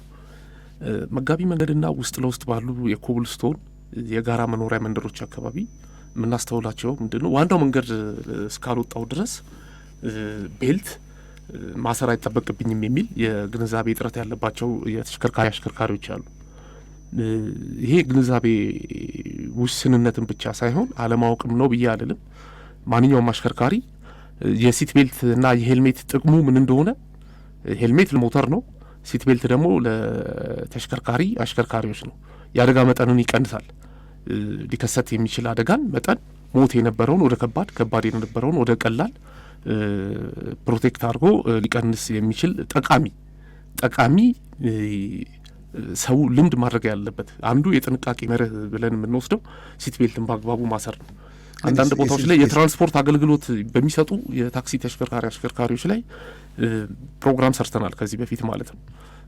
ቤልቱን በአግባቡ በተገቢው መልኩ ቅድም እኔ አሁን ከዚህ ከቴክኒክ ምርመራ ጋር ቤልት ነው ራሱ ግን አሁን የቤልት ስታንዳርድ አለ አይደል? ሀገር የወጣ እሱ ተግባራዊ ባልሆነበት ሁኔታ ድጋሚ ሲያልፈውን በህዝብ ትራንስፖርት አገልግሎት ሰጪ ተቋማት ላይ የሚታየውን ታክሲዎች ላይ ገቢና ያሉ ሰዎች ሁለት ሰው ነው የሚቀመጠው። መሀል ላይ ያለው ሰው አይቀጣም ባያደርግም ማለት ነው። ዳር ያለው ሰው ነው። እሱ ላይ ልመጣል ነው። አንደኛ ሲት ቤልቶቹ ራሱ በተለይ የታክሲ ትራንስፖርት አገልግሎት ላይ ያሉ በአግባቡ ፕሮቴክት የሚያደርጉ አይደሉም። የተበጫጨቀ በፍጹም አገልግሎት ላይ መዋል የሌለበት ጽዳቱን ያልጠበቀን ብቻ ሳይሆን ዝም ብሎ ለሳምፕል ልክ እንደንትን የሚያደርጉ አሉ። ዝም ብሎ በቃ ጣል አድርጎ ለእይታ ብቻ ማለት ነው። ያ ራሱን ነው የሚያታልለው አሽከርካሪ። የተለያዩ ምክንያቶችን የሚፈጥሩ የታክሲ አሽከርካሪዎች አሉ። ያ ምክንያት በግሌም መሆን የለበትም። ሰው ሲኖር እኮ ነው ራሱን ጠብቆ ማሽከርከር ሲችል እኮ ነው ቤተሰብን መምራት ቤተሰብን ማስተዳደር የሚቻለው። ራሱ ጤነኛ ካልሆነ ጤናውን ጠብቆ ማሽከርከር ካልቻለ ጤናውን ደግሞ ሊጠብቅለት የሚችለውን ማቴሪያል በአግባቡ በጽዳት ተገቢውን የሆነ ጥገና አድርጎ አድሶ መያዝ ተገቢ ነው። ይሄ ባለንብረት ሳይሆን ኃላፊነቱን መውሰድ ያለበት አሽከርካሪውም ጭምር ማለት ነው። የራስን ደህንነት መጠበቂያ እንዴት ነው በአግባቡ መያዝ የሚያቅተን? እዚህ ላይ ሰፊ ስራዎች መስራት ያለብን ይመስለኛል። የቴክኒክ ተቋማቶች ራሱ የተሽከርካሪውን ቴክኒክ ሲያረጋግጡ ህጋዊ በሆነ መልኩ ሲት ቤልቱ ራሱ በአግባቡ ፕሮቴክት ያደርጋል ወይስ አያደርግም የሚለውም መረጋገጥ መቻል አለበት። በርካታ በተገኙት አማራጮች እኛ የገጽ ለገጽ ግንዛቤ ማስጨበጥ ስራዎችን ስንሰራ አንዱ መልእክታችን ይሄ ነው። ሲት ቤልቱ በአግባቡ ይሰራል ወይስ አይሰራም፣ በተገቢው መልኩ በየዕለቱ በየወሩ ተሽከርካሪ ሰርቪስ በተገቢው መልኩ የሚያደርጉ ተቋማቶች አሉ። ሲት ቤልታቸውን ጭምር መስራት አለመስራቱን የሚያረጋግጡ ተቋማቶች አሉ። እነዚህን ሳላደንቅ አላልፍም። በየጊዜው ግንዛቤ ማስጨበጥ ስራዎችንም ስለምንሰራ ማለት ነው። ከዛ ውጪ ከዚህ በተሽከርካሪ ላይ የሚታዩ ግልጽ ጉድለቶች የአደጋ መንስኤዎች ናቸው። በዝናብ ወቅት የሚጠቀሙበት የመስታወት መጥረጊያ ዋይፐር በአግባቡ መስራት መቻል አለበት። ዋይፐሩ የማይሰራ ከሆነ በዝናብ ወቅት ያ ተሽከርካሪ መንቀሳቀስ የለበትም። ከዛም ውጭ ደግሞ ውስጥ ያሉት እነዚህ በትንፋሽ በተለይ የትራንስፖርት አገልግሎት በሚሰጡ ተሽከርካሪዎች ላይ ያው በርካታ ሰው ስለሚጫን ከ8 ያላነሰ እስከ 11-12 ሰዎች ይጫናሉ። ትንፋሾች አሉ፣ ከሰዎች የሚወጡ ትንፋሾች። ያንን ትንፋሽ የተሽከርካሪውን እይታ የተሽከርካሪ አሽከርካሪውን እይታ ይጋርደዋል። ያ ደግሞ ትንፋሽ ጉሙ መጥፋት አለበት። ኤሲና ፋን መስራት መቻል አለባቸው። እነዚህ እንኳን የማይሰሩ ከሆነ መስታወት መክፈት እንዳለባቸው በተደጋጋሚ የጥንቃቄ መልእክት ስናስተላልፍ አንደኛው መልእክታችን የሚሆነው ይሄ ነው። ነገር ግን ዋይፐር የማይሰራ ከሆነ በዝናብ ሰዓት በፍጹም መንቀሳቀስ የለበትም። ከዛ ውጪ የጎማ ጥርስ የላሸቀ ወይም ያለቀ ተሽከርካሪ ወደ ዋናው መንገድ መውጣት የለበትም። ዝናብ ዘነበም አልዘነበም ማለት ነው። ዝናብ ከዘነበ የበለጠ ለአደጋ ተጋላጭነቱ ሊያጋልጠው ይችላል፣ ደግሞ ያጋልጠዋልም እንጂ። ቆይ ከግንዛቤ ጎን ለጎን ግን የአዲስ አበባ ፖሊስ ኮሚሽን የትራፊክ ቁጥጥር መምሪያው ሰፋፊ ስራዎችን ይሰራል አይደል? ስለዚህ በግልጽ ጉድለት ያሉ ነገሮችን ማለት ነው። አሁን ከሱ ጋር በተያያዘ ቅድም እርሶ እንዳሉት በማስ ትራንስፖርት ላይ አሁን የሚታዩ ነገሮች አሉ። አሁን እናንተም ተሽከርካሪ ላይ ለምሳሌ ሚኒባስ ምናምን መላቸው የቤት አውቶሞቢልን ጨምሮ ማለት ነው ከሚይዘው ቁጥር በላይ ሰው ካለ ይቀጣል። መሸመር አደጋ መንስኤ ነው። አዎ ለአደጋ መንስኤ ስለሚሆን ማለት ነው። በእነዚህ ግን በህዝብ ትራንስፖርቶች ላይ ግን ያው ብዙ የሚደረጉ ቁጥሮች የሉም። ያው እቺ ከተማ የማስ ትራንስፖርት ፖሊሲ የምትከተል ከተማ ናት። ያው ህብረተሰቡን ሰፊ ቁጥር ያለውን ህዝብ 3 ሚሊዮን ህዝብ እናጓጉዛለን የሚል ነገር አንስተውልኛል። በቀን 4.3 ነጥብ ያሉኝ ምንድን ነው 3 ሚሊዮን ያሉት 4.3 ነው በቀን የምታጓጉዙት በእነዚህ በ1336 መስመሮች ላይ። እሺ መልካም። እና ሰፊ ቁጥር ከመኖሩ ጋር በተያያዘ አገልግሎቱ አስፈላጊ ሆኖ ሳለ ያው ከጊዜ ወደ ጊዜ የተሻሻለ የመጣ የአገልግሎት አሰጣጥ ቢሆንም ያው ስታንዳርዱን ከማሻል አንጻር ግን የቱ ጋር ያለ ነው የሚባለው ነገር መታየት አለበት። ቀን ሙሉ ፒካወር የሆነበት ከተማ ላይ በዚህን ያህል ቁጥር ያለው የከተማችን ነዋሪን ማጓጓዙ ያው የህዝብና ቤት ቆጠራ ቢሰራ ምን ያህል ነዋሪ እንዳለና ከዛ ላይ ምን ያህሉን እያጓጓዘን እንደሆነ ማየት የምንችልባቸው ሁኔታዎች ይኖራሉ። በዚህም ላይ ግን የሚሰሩ ቁጥጥሮች አነስተኛ ከሆነ ቅድም አቶ አስቻለውም እንዳሉት የአቅርቦትና ፍላጎት አለመጣጣንን የማየት አይነት ነገሮች አሉ፣ በተቆጣጣሪ አካላት ማለት ነው። አይ እንደዚህ ዛጋ ይዘኛል ዝም ብለህ ጫን እናውጣ ይባላል። እኔ እጽፍልሃለሁ ተብሎ ተጽፎለት ሊወጣ የሚችል ከመስመር ሊወጣ ከተርሚናል ሊወጣ የሚችል አሽከርካሪዎችን እናያለን። የሴፍቲውን ጉዳይ ወደ ጎን በመተው ማለት ነው። ይሄ ደግሞ ለአደጋ መንስኤ ሊሆን የሚችልበት ሁኔታዎች ከመኖራቸው ጋር በተያያዘ ከሚሰሩ የግንዛቤ ማስጨበጫዎች ጎን ለጎን የቁጥሩን ስራ እንደ አዲስ አበባ ፖሊስ ኮሚሽን እየተሰሩ ያሉ ስራዎችም ካሉ እስኪ እነሱንም እናያቸው። ከዛ ሲያልፍ ደግሞ በቁጥጥር ወቅት ላይ የምታዩቸው ችግሮችም ካሉ አንዳንዴ ድጋፍ ሰጪ ተብሎ ስለመጣ አንድ ተሽከርካሪ በአቅራቢያው ካለ አካባቢ በዙሪያችን ካሉ አካባቢዎች በተፈለገ ሁኔታ ለግ ተገዥ ሳይሆኑ ሲሰሩ እናያለን። ለምን ድጋፍ ሰጪ ነኝ እኔ ብለው ይወጣል ነገር ከፈለገ። እንደዚህ አሰራሮች ናቸው በትራንስፖርት ሴክተሩ ላይ ሌላ ፈተና ይሆናል ያለው። ድጋፍ ሰጪ አሁን በፊት የነበሩ ትልቅ እንትኖች ነበሩ አሉ የህዝብ ደረጃ አንድ ምናምን የሚባሉት አሁንም አሉ። ስንት አመታቸው ናቸው እነሱ? ጠዋትና ማታ በተመረጡ መስመሮች ላይ ድጋፍ ያደርጋሉ። መልካም። ይህን ለማለት የፈለጉት ምንድን ነው አሁንም ደረጃ አንድ ተብለው ስቲል ነው የዛሬ 20 ዓመት የምናውቃቸው መኪኖች ዛሬም ደረጃ አንድ ናቸው አይደል? መቼም የኳሊቲም የተሽከርካሪውም የቦዲም መድከም አለ ብዙ ነገሮች አሉና አንዳንዴ ራሱ የደረጃ አንድ የሚለው ራሱ ማን ነው? አሁን አንዳንድ ጨረታዎችም ሲወጡ ደረጃ አንድ ተሽከርካሪ ነው የምፈልገው ይላል የሆነ አካል። እነዚህ ተሽከርካሪዎች ግን ደረጃ አንድ ለመባል የማይሰሪት መሆን አለባቸው። ትንሽ ግራ ስለሚገባኝ ነው ደረጃ አንድ የተባለ መኪና ዛሬም ደረጃ አንድ ነው። ከዛ በኋላ ብዙ የተሻሻሉ ሞዴሎች እየመጡ ነው ያሉት። ይህን ራሱ መቆጣጠር ካልተቻለ በዛ ተሽከርካሪ ላይ የሚጫኑ ሰው የሚደርሰውም ጉዳትም ካለ የተሽከርካሪም ደግሞ እድሜው የጨመረ ሲመጣ ብዙ ሀገራት የተሽከርካሪ ስታንዳርድ አላቸው እኮ 3 ዓመት ያላቸው አሉ፣ 5 ዓመት ያላቸው አሉ፣ 8 ዓመት ያላቸው አሉ፣ 10 ዓመት ያላቸው ሀገራት አሉ። እኛም ነገ ወደዛ እንመጣለን ብለን ተስፋ እናደርጋለን። ግን ዛሬ ባለው ሁኔታ ግን የተሽከርካሪ ስታንዳርድ ራሱ ለአደጋውም ሆነ ለዚህ ለቁጥጥር ስራውም ችግር ሊሆን የሚችልበት ሁኔታዎች አሉ። ብዙ አይነት አካላቸው ጎሎ ውልቅልቅ ያሉ ተሽከርካሪዎች ከዛ ሲያልፍ ደግሞ ረጅም መብራት ሰው ላይ እያለቀቁ የሚሄዱ የነሱ ያልሆነ ጥሩምባ እያሰሙ የሚሄዱ መኪኖች አሉ። የባቡር ጭምር የሚመስል ለግመልና ለተለያዩ ለቤት እንስሳቶች የጥቅም ላይ የሚሉ በረሃ ላይ ጥቅም ላይ የሚሉ ክላክሶች ጭምር በትንሽ አገልግሎት ሰጪ አነስተኛ መኪኖች ላይ ሚኒባሶች ላይ ተገጥሞ እናያለን። እና እንደዚህ አይነት የአሰራር ስርዓቶች ራሱ በቁጥሩ ሁኔታ ላይ የሚፈጥሩትና እንዲያደጋውንም ከመጨመር አንጻር የራሳቸው ሚና ይኖራቸዋል። እና ይህን በመቆጣጠር ወቅት ላይ በአይን ራሱ የሚታዩ ግልጽ ጉድለት ከምንላቸው ጋር አስታከል ለዚሁ ላይ የተሰሩ የቁጥጥር ሁኔታዎች ካሉ እናንሳቸው ኢንስፔክተር። እሺ አመሰግናለሁ። ያው ቅድምም አንስቼዋለሁ ከዚህ ከግልጽ ጉድለት ጋር ተያይዞ በክረምት ወቅትም እና እንዲሁም ደግሞ ከዛም ውጪ ወደ ዋና መንገድ ወጥተው መንቀሳቀስ የሌለባቸው ተሽከርካሪዎች ዋና መንገድ ላይ ያው ቁጥጥር እያደረግን ያለ ነው እንደ ተቋማችን አደጋን በሰው አካልና በሰው ሕይወት ላይ የሚከሰቱ አደጋዎች ለመቀነስ ነው ግባችን ማለት ነው። ከዛም ውጪ ደግሞ የመስታወታቸው የተሰበረ በአደጋ ምክንያት እሱም አንድ አደጋ መንስኤ ነው ግልጽ ጉድለት የምንለው ማለት ነው። ስፖኪዮ በተገቢው መልኩ ከጎንና ከኋላ ያሉትን ተሽከርካሪዎች ወይም ወደ ኋላ አንድ አሽከርካሪ ለመውጣት በግልጽ ሊታየው ይገባል። እነዚህ የአደጋ መንስኤዎች ናቸው። የኋላ ፍሬቻ መስራት መቻል አለበት። በቀንም በምሽትም በዝናቡም ወቅት እንግዲህ ፍሬቻ አስፈላጊ ነው እና የለየና በጥናት የተለዩ ናቸው አደጋ ተጋላጭነትን ለመቀነስ።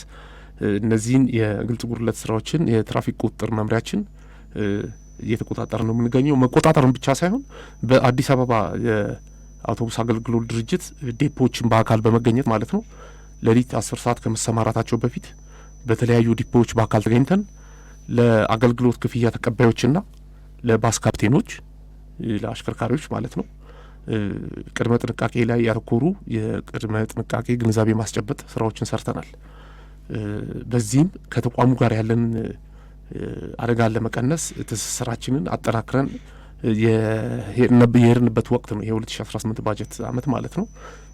ግንዛቤ ስናስጨብጥ ለተቋሙም የቴክኒክ ባለሙያዎችም ጭምር ነው ኃላፊነታቸውን እንዲወጡ እዛው ጋራጅ ድረስ ማለት ነው በተለያዩ ዲፖዎች እየሄድን ለስራ ኃላፊዎቻቸውም ጭምር አሁን በተሽከርካሪ ላይ የሚታይ ግልጽ ጉድለት ወደ ዋናው መንገድ መውጣት የለበትም ብለን ስንል ይህን እንዲገነዘቡልን ያደረግነው የቅርንጫፍ ስራ አስኪያጆችንም ጭምር አደጋን የመከላከል ኃላፊነታቸውን ሀገራዊ ኃላፊነታቸውን እንዲወጡ ማስቻል ስላለብን በባስ ካፕቴኖቹም ላይ እንደዚሁ ግንዛቤ ማስጨበጥ ስራዎች ስንሰራ በማሽከርከር ወቅትና ከማሽከርከር በፊት ምን ማድረግ እንዳለባቸው መደረግ የሌለባቸውንም ጭምር ደንብ ቁጥር 557/2016 መነሻ ያደረገ ግንዛቤ ማስጨበጥ ስራዎችን ሰርተናል። ይህንንም ደግሞ ወጥነትና ተከታታይነት ባለው መልኩ እንቀጥልበታለን። ምክንያቱም በየጊዜው የሰው ልጅ የጥንቃቄ መልእክት እንትናችን አፕዴት መደረግ መቻል አለበት። ትኩረት ትኩረት ለመስጠት ማለት ነው። ምክንያቱም መሰረተ ልማቶች ላይም የሚከሰቱ አደጋዎችን ከመቀነስም አንጻር በዋና ዋና መንገዶች አገልግሎት የሚሰጡ መሰረተ ልማቶች እየተጎዱ ነው ያሉት። አሁን ከ34,000 በላይ በንብረት ላይ ጉዳት ደርሷል። ከ34,000 በላይ እነዚህ መሰረተ ልማቶች በርካቶች ናቸው። ከነዚህ ውስጥ አሁን ወደ 438 የተመዘገቡት ከ34,702 ውስጥ ኖርማል የኤሌክትሪክ ምሰሶ ወይ ፖል እና እንዲሁም ደግሞ ስማርት ፖል ኖርማል የምንላቸው ኤሌክትሪክ ምሰሶ 153 ሲሆን እንዲሁም ደግሞ ስማርት ፖል እነዚህ ዲጂታል ስማርት ፖሎች ማለት ነው አሁን በቅርቡ በኮሪደር መስመር የተተከሉ የቆሙት ስማርት ፖሎች 285 አጠቃላይ 438 ፖሎች በትራፊክ አደጋ ምክንያት የተጎዱበት ሁኔታ እንዳለ ከአደጋ ምርመራ መዝገባችን ያገኘነው መረጃ ያሳየናል። በምሽት ነው በቀን የደረሱ አደጋዎች ላይ ነው እነዚህ በስፋት የሚታዩት? በምሽትም በቀንም ክፍለ ጊዜው አሁን እንደውም ከቅርብ ጊዜ ወዲህ እየሰማን ያለነው ነገር ምንድን ነው? በሰዎች ላይ ከሚደርስ ጉዳት መሰረተ ልማት ላይ የሚደርስ ጉዳት አንዳንድ አሽከርካሪዎች ሰው ላይ ጉዳት ባደርስ ይሻላል ወደሚል ነገርም አስተሳሰብ እንደዚህ ልክ ያልሆነ አስተሳሰብ ወደ አእምሮም እየመጣ ያለበት ሁኔታዎች አሉ። አንድ መሰረተ ልማት አንድ ሰው ጉዳት ቢያደርስ የሚከፍለው ክፍያና ሰው ላይ ቢደርስ የሚከፍለው ክፍያ ከዛ ጋር አለመመጣጠኑ እንደዚህ አይነት ሰዎች ላይ ጉዳት እንዲደርስ እየሆነ ያለበት ሁኔታዎች አሉ ተብሎ እየተነገረ ነው ያለውና እንደዚህ አይነት አስተሳሰቦች አንድ ሰው ተሽከርካሪ በሚይዝበት ሰዓት ላይ በአግባቡ በከተማው የፍጥነት ወሰን መሰረት ማሽከርከር ነው ያለበት። ማንኛውም ሰው አደጋ እንኳን ቢደርስ ወይ ተሽከርካሪው የሆነ አካል እምቢ ቢለው ተሽከርካሪውን በቀላሉ ለማስቆም እንዲያስችሉ ከማስቻል አንጻር ስፒዱን ቀንሶ ነው መጓዝ ያለበት። ፍጥነት ለሁሉም ነገር ከባድ ነው። አሁን የመሰረተ ልማት እንደዚህ በየቦታው ላይ የተሰሩት ከተማው ላይ የሚያማምሩ ነገሮቻችንን ከተሰሩ በኋላ የኮሪደር ልማቱ መንገዶች ክፍት ሆነዋል። በስፒድ ነው እየተነዳ ያለው። በዛ መሰረት ብዙ አደጋም እየደረሰ ያለበት ሁኔታ ከመኖሩ ጋር በተያያዘ አሽከርካሪዎችም ያው ጥንቃቄዎችን ማድረግ አለ። ተቆጣጣሪ አካላትም ደግሞ የዚህ የቁጥጥር ሁኔታውን ራሱ አፕሮቹን መቀየር አለብን። ሁሌ አንድ አይነት የቁጥጥር ስራ አሁን ተደብቀው በየቦታው ላይ የሚቆጣጠሩ አካላት አሉ። ራዳር ይዘው ያለን ስፒዶችን ሲቆጣጠሩ ምናምንና ከዚህ ጋር በተያያዘ እስኪ በኋላ እናነሳዋለን። ይሄ ቁጥጥር ስራው ራሱ በዚህ ሁኔታ የሚደረግ ቁጥጥር ስራ መፍትሄ አምጥቷል አላመጣ የሚለውን ነገር እስኪ እንወያይበታለን። ቁጥጥር ስራውን ከማዘመን አንጻር መሰረተ ልማቶቻችን ላይ ያሉትን ሁኔታዎች መመልከት አስፈላጊ ነው። አንድ የቁጥጥር ስራ ሲሰራ አሁን መሬት ላይ በቀለም ቅብ የተለዩ ነገሮችን እያየን ያለ ነው። አንዳንድ ቦክሶች ተሰርተዋል። እዚህ ብሔራዊ አካባቢ ኢትዮጵያ የሎ ቦክስ እያየን ያለ ነው። ግን አንዳንድ የሚሰሩ መሰረተ ልማቶችም በቂ ግንዛቤ የሚሰጡ መሆን አለባቸው። አሁን ብዙ ምልክቶችን የኛ ያሉን ምልክቶችም ጭምር ለእኛ መንገዶች ያልተሰሩ ሌሎች ሀገራት የተሰሩ ሌሎች ሀገራት ያሉ የመንገዶቻቸው ሁኔታ ከዛ ጋር ተያያዥነት ባላቸው ሁኔታ የተሰሩ መሰረተ ልማቶችንም ጭምር እያየን ያለ ነውና የቁጥሩን ስራ በዛ ሁኔታ አስተባብረን መውሰድ ከቻለን አሁን ያሉን የሴኩሪቲ ካሜራዎችን በስፋት ከተማ ላይ ተከሉትን እሱንም ከዚህ ከትራፊክ ቁጥጥሩ ጋር አብረው መርጅ ማድረግ የሚቻሉ ብዙዎቹ አሁን ከሴኩሪቲ አንጻር ብቻ ነው እየተጠቀምንባቸው ያለ ነው።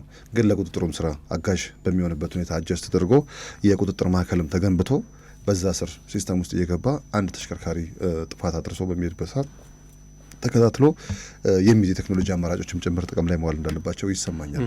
አሁን ገጭቶ ማምለጥ አለ በብዛት እየሰማን ያለ ያው መጨረሻ ላይ መያዙ አይቀርም። ማንኛውም ሰው ከሞራልም ከሊናም የሚያመልጥ ነገር አይደለም። ግን ቢሆንም እንደዚህ አይነት ነገሮች ካሉ ሰው ባይም ቴክኖሎጂ ስለሚያይ በዛ ሁኔታ የግስ ጥያቄነት እንደሚኖርባቸው አሽከርካሪዎች አስበው መጓዝ እንደሚኖርባቸውና ከዛ ሲያልፍ የቁጥጥር ስራዎች ነው በሚሰራበት ሰዓት ላይ ይሄ ጉራማይሌ የሆኑ አሰራሮች አሉ።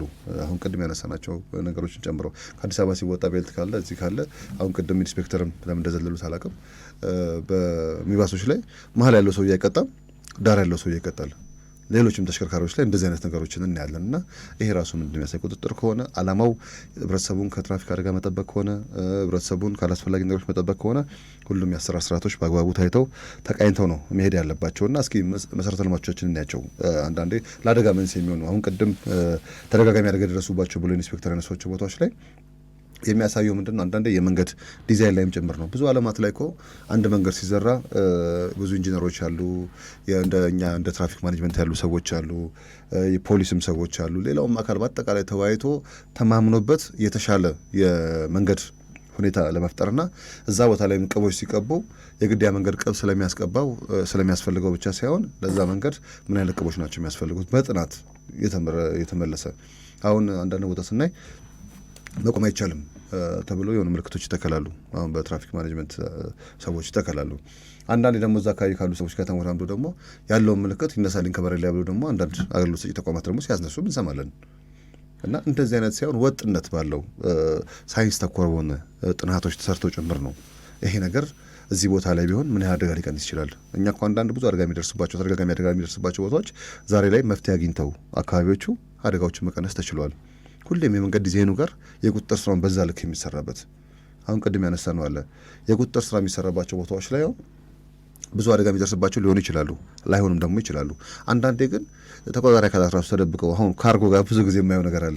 ትራፊኮች ፊት ለፊት ተቀምጠው እንትን ብለው ሲዞሩ ተሽከርካሪዎች የመቅጣት አይነት ነገሮች አሉ። ያው መንገዱ በድፍን መስመር የተዘጋ ነው በቢጫ መንገድ እና መግባት አይችልም ይላል ወደ ቡልቡላ የሚወስደው መንገድ።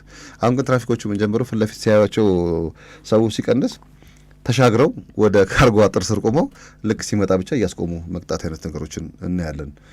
አንዳንድ ቦታ ራዳር ይዞ ለምሳሌ 50 ተብሎ የተሰቀለበት ቦታ ላይ አሁን ከኮዬ ወደ ቡልቡላ የሚወስደው መንገድ ላይ ብዙ ጊዜ ስለሚያዩ ነው ተቆጣጣሪዎቹ ወይ ደግሞ ሌላ ቦታም እንደዚህ ባሉት የስፒድ የሚቆጣጠሩ አካላት እቺ ስፒድ ጋኗን ይዙና ሩቅ ቦታ ነው ያለው ገና መኪናው ሲገባ ጀምሮ ነው አካባቢ ያለው የሚቀጣው ደግሞ ታች ጋር ያለ ሰው ነው የሚቀጣው። እና አንዳንዴ አላማው ራሱ ምንድን ነው? ወይስ ሁሌ አሉ ትራፊክ ፖሊሶች እንዲባል ነው የሚፈለገው? ወይስ ተደብቆ መቅጣት ነው የሚፈለገው? ምንድን ነው አላማው? ትንሽ የሚያነጋግሩ ነገሮች ስላሉት ነው። አንዳንዴ ትራፊኮች ሁሌ ያሉ ብሎ ሰው እንዲያስብ እና በህጉ መሰረት እንዲጓዝ ያው አንዳንዴ ያለ መረዳትም ችግሮች አሉ። ተቆጣጣሪ አካላትም እኮ የአሽከርካሪ የራሱንም የሌሎችንም ህይወት አደጋ ላይ እንዳይጥል ነው ቁጥጥር የሚሰራው። ሌላ ምንም የተለየ ነገር የለውም መጀመሪያ ያ በሚሆንበት ሰዓት ላይ ግን ይሄ ተደብቆ መቅጣቱ፣ ዛፍ ላይ ተቀምጦ እንትን ማለቱ ምን ማለቱ አንዳንዴ ጋኑ ራሱ በአግባቡ ካልተያዘ ይሄ በአይፖድ በደንብ ካልተያዘ እሱ ራሱ ትክክለኛ ሪፖርት ያመጣል ወይ ደግሞ በትክክልም ተረድቶት የመኪናውን ስፒድ በአግባቡ መረዳት ይችላሉ የሚለውም ነገር አለ። አንዳንዴ ደግሞ ስንሰማ በፈለጉት ስፒድ ይሄዳሉ፣ የማይያዙም ደግሞ አሽከርካሪዎች አሉ። ያ የሚሆንበት ምክንያት ምንድን ነው? ያንን የቴክኖሎጂ አማራጭ በሌላ ቴክኖሎጂ ደግሞ አታክ የሚያደርጉም ደግሞ ነገሮችን ዳሽቦርድ ላይ አስቀምጠው የሚሄዱ ደግሞ አሽከርካሪዎች አሉ የሚል ነገር ደግሞ ሰማኝ ባለፈው ተቆጣጣሪዎች አካላት ነው ሲናገሩ የሰማሁትና ይሄ ራሱ የሌባና የፖሊስ አይነት ጨዋታው ምንድን ነው ጥቅሙ? ብዙዎቹን አሁን ከባድ አደጋ የሚያደርሱት እንዲሁ ሞትን የሚገጥማቸው አሽከርካሪዎችን ምንድን ነው ተብለው ሲጠየቁ የሚሄዱበት ቦታ እምብዛም ለእነሱ አስፈላጊ ቦታ አይደለም። ባለፈው እዚህ ሚዲያ ላይ አንስቼዋለሁ። አንድን አሽከርካሪ በጣም እየፈጠነ ሁሉ ይሄዳል። ከሰፈር ስንወጣ ነው የምናየው። እስኪ እንከተለው ብለን ከአንድ ሰው ጋር ስንከተለው ያ ሰው ጠዋት ላይ ነው ለ2 ሰዓት ምናምን ጉዳይ ላይ ነው ተከተል ነውና ስንሄድ አንድ ስጋ ቤት ነው የገባው። ከዛ በኋላ ቁጭ አለን የሚያም ሰው ሲኔው መጨረሻውን ብለን ማለት ነው። እስከ 4 ሰዓት ድረስ ያ ሰው ከዛ ቦታ ላይ ተንቀሳቀሰ። ግን በዛ ፍጥነት እንዴት ዝግዛግ እየነዳ መኪና እንደሚሄድ ማለት ነው። አንዳንድ ሰው እንዴ የሰው ሕይወት ላይ ያተርፍ እኮ ነው የሚመስለው በቃ በሚሄድ በዛ ስፒድ ማለት ነው። እና እንደዛ ይጓዙና መጨረሻ ላይ ግን ለነሱ ያ ቦታ የፈለጉት ነገር ሊያደርጉበት ይችሉናል። አላውቅም ግን ምንድን ነው አንዳንዴ የምናገኘውና የምናጠነው ነገር በዛ ካልኩት ማለት ለህግ መገዛት ደግሞ ህግ ማክበር ደግሞ ለራስ ነው ጥቅሙ። በዛ ልክ ነው ነገሮች መታየት ያለባቸው። አታስቻለው። መልካም። የመጀመሪያው ከዚህ ከምልክቶች ጋር በተያያዘ ጥናቶች ተደርገው ነው ምልክቶች የሚደረጉትና ሳይንሳዊ የሆነ በዋናነት ይሄ ተግባር የቲኤምኤ ወይም ደግሞ የትራፊክ ባለስልጣን የተሰጠ ነው ተግባሩ ማለት ነው። ነገር ግን ከተማዋ አጠቃላይ የመሰረተ ልማት ምልክቶች ሲደረጉ ቅቦች ሲደረጉ የሚደረጉት በጥናት ነው። በራሱ የኢንጂነሪንግ ባለሙያዎች ሳይንሱ በሚለው መሰረት አካባቢውን በርካታ ነገሮች የሚታዩ ጉዳዮች አሉ። ይሄ በመሰረታዊነት በጥናት ተመርኩዞ መሻሻል የሚገባቸውም ጭምር እየተሻሻሉ ይሄዳሉ። በተለይ የትራፊክ ማኔጅመንት ወይም ደግሞ ባለስልጣን የሚባለው ማለት ነው። አሁን ላይ ጥናቶች ይጠናሉ። የምልክት የራሱ የሆነ ዲፓርትመንት አለ።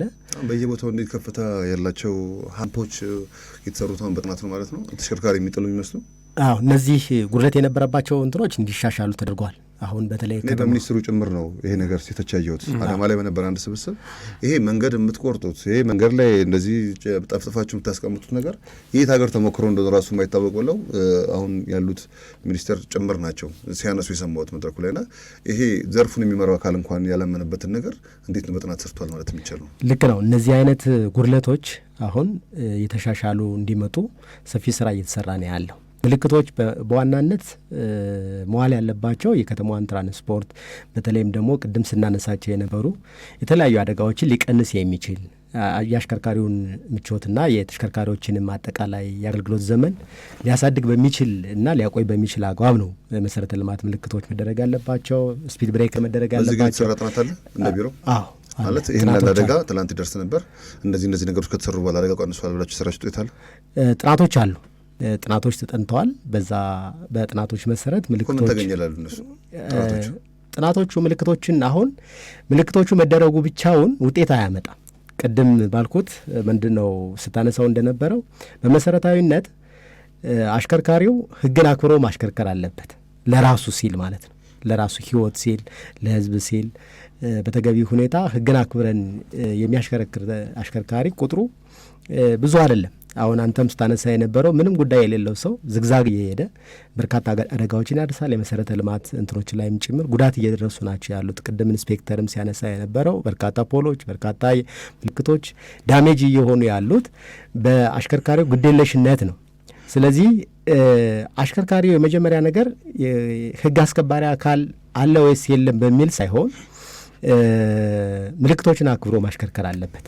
ምልክቶችን ደግሞ አክብረው እንዲያሽከረክሩ በርካታ የግንዛቤ ስልጠናዎችም ጭምር እየተሰጡ ናቸው ያሉት። በተለይ በአዲስ አበባ ትራፊክ ፖሊስ ሲቲ ባስም በራሱ የሚሰጣቸው ስልጠናዎች አሉ። አዲስ አበባ ትራንስፖርት ቢሮ በየቅርንጫፉ የሾፌሮችን እየሰበሰቡ የማወያየት በተለይ አደጋ እንዳይከሰት አደጋን ተከላክሎ ማሽከርከር ያሉ ጥቅሞችንና ሊደርስ የሚችል ጉዳቶችንም ጭምር የንብረት የሰው ሕይወት ሊቀንስ በሚችል አግባብ የተለያዩ ስልጠናዎች እየተሰጡ ናቸው ያሉት። ውይይቶች ይደረጋሉ።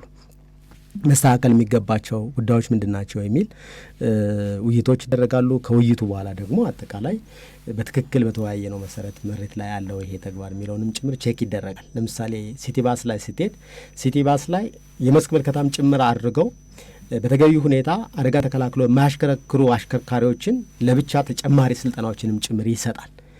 ስለዚህ የመስክ ላይ ክትትልም ጭምር የማድረግ ህጉን በአግባቡ አክብረ ነው ወይ የሚሰሩት ያሉት፣ በከተማዋ ላይ የስፒድ የፍጥነት ወሰንን አክብረ ነው ወይ እየሰሩ ያሉ የሚለው በየጊዜው ክትትል የማድረግ ውይይት የማድረግና በዛም ደግሞ አክብረው እንዲሰሩ ሰፊ የግንዛቤ ስራዎች እየተሰሩ ናቸው ያሉት። ይሄ በዋናነት በተለያዩ ተቋማትም ጭምር ይሰጣሉ። በትምህርት ቤት አሁን ለምሳሌ አዲስ አበባ ትራፊክ ፖሊስ በኋላ ኢንስፔክተር ይጨምራሉ፣ ስልጠናዎች ይሰጣሉ።